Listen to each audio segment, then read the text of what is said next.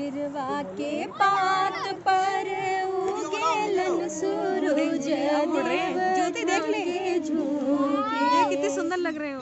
गिरवा के पात इधर बना उगेलन सूरज देव झाके झूके करेली छठ बरतिया से झाके झूके के करेलू छठ बरतिया से झाके झूके।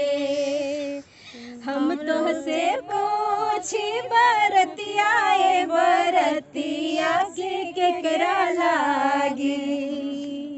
हम तो से पूछी बरतिया ए बरतिया के केकरा लागी। के करेलू छठ बरतिया के केकरा लागी। के करेलू छठ बरतिया के केकरा लागी।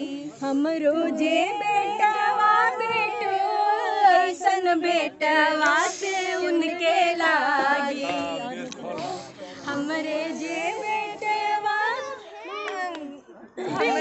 हमरे जे बेटवा बीती जैसन बेटवा से उनके लागी।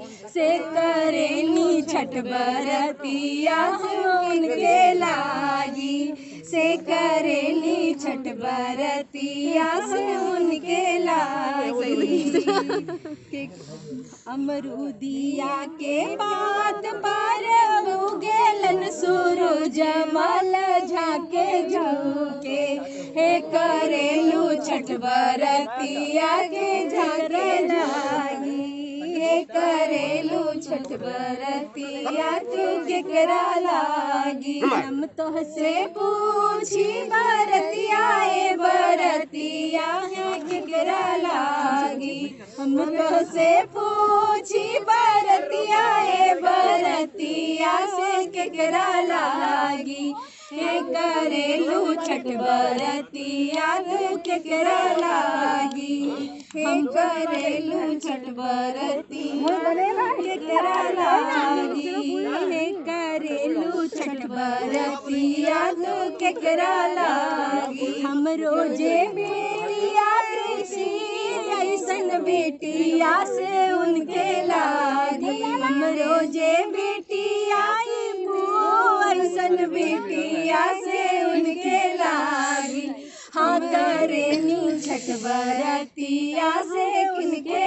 हाँ करेलू छठ बरतिया से उनके। हम रोजे सखिया सुंदर सुंदर सखिया से उनके लागी। हाँ करेलू छठ बरतिया के लागी। हाँ करेलू छठ बरतिया ज्योति के लागी। हाँ करेलू छठ बरतिया की गायत्री लागी।